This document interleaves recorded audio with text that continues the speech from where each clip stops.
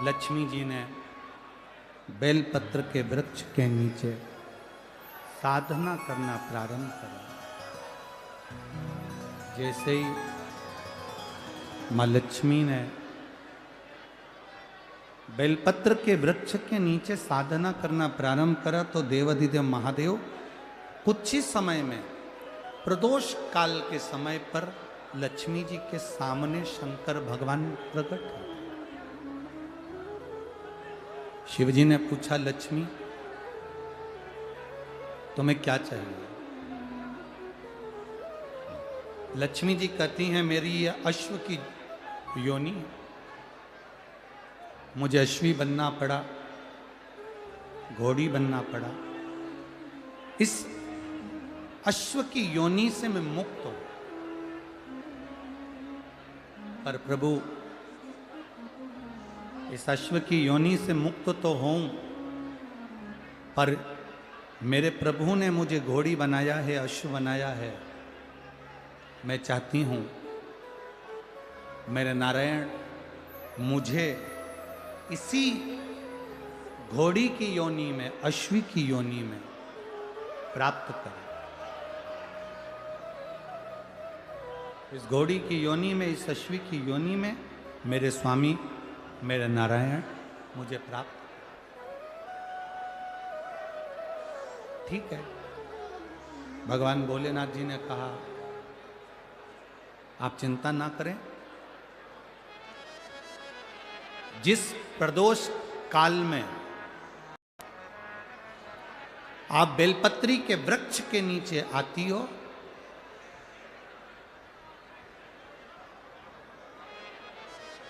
दुनिया का कितना भी दरिद्र व्यक्ति हो, चाहे दुनिया का कोई व्यक्ति ऐसा हो जिसका कभी व्यापार चलता ही नहीं हो, उसने 50 बार बदल के देख लिया,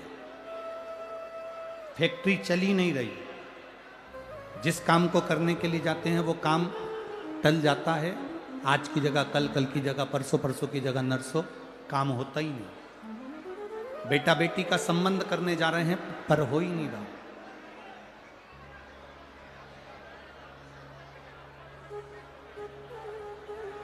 कितना भी दरिद्र से दरिद्र व्यक्ति है,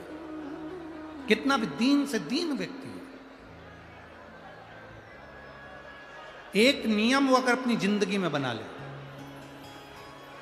प्रदोष काल में, प्रदोष के समय पर बेलपत्री के वृक्ष के नीचे एक बार जाकर नमन करना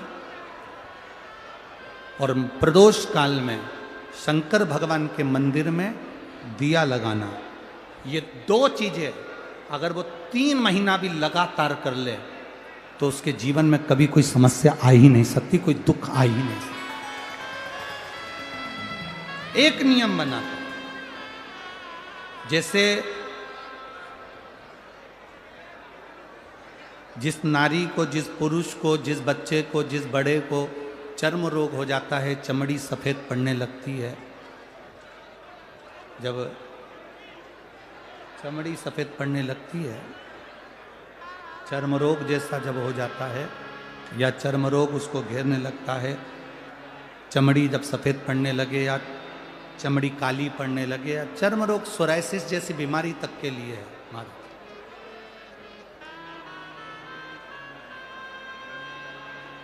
बेलपत्री के वृक्ष के नीचे की मिट्टी,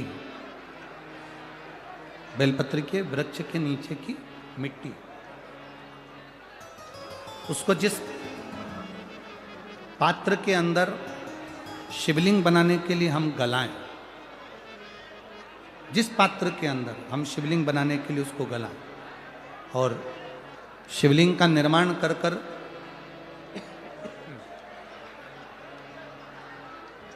हम बेलपत्री के वृक्ष के नीचे उसका पूजन करें, उसका विसर्जन करें। और बेलपत्री के नीचे की जो मिट्टी है, जिस पात्र में गलाई जाती है, उस पात्र के पानी का स्नान, उस मिट्टी का थोड़ा सा भाग अपने शरीर पर लगाकर, जहाँ सफ़ेद चमड़ी हो रही हो या श्वेत चमड़ी हो रही हो, वहाँ लगाकर और उसका स्नान करना यदि हम प्रारंभ करें परंतु प्रदोष जैसे अपन शंकर भगवान के मंदिर जाते हैं, दर्शन करते हैं, पूजन करते हैं, उसी तरह बेलपत्री के वृक्ष के नीचे की मिट्टी को गलाकर हम शिवलिंग का निर्माण करते हैं। स्नान करना या शरीर पे लगाने के साथ में सबसे ज़्यादा जरूरी है शंकर भगवान के उस शिवलिंग की पूजन करना, पार्थिव लिंग की पूजन करना। लगभग 2 शिवरात्रि निकलेगी महीने की, और बाबा जहां जहां से चमड़ी सफेद हो रही होगी वहां वहां से धीरे धीरे बाबा अपने असली रंग को देना प्रारंभ कर देता है। इतना बेलपत्री के वृक्ष की पार्थिव लिंग निर्माण और पूजन की उस मिट्टी का इतना वर्णन हमारे शास्त्र करते हैं, इतना वर्णन।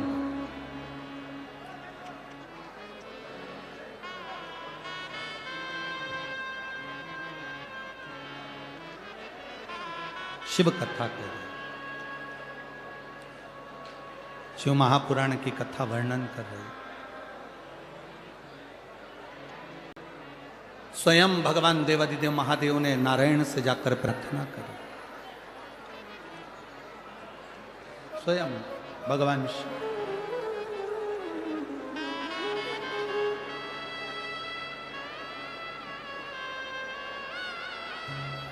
शंभु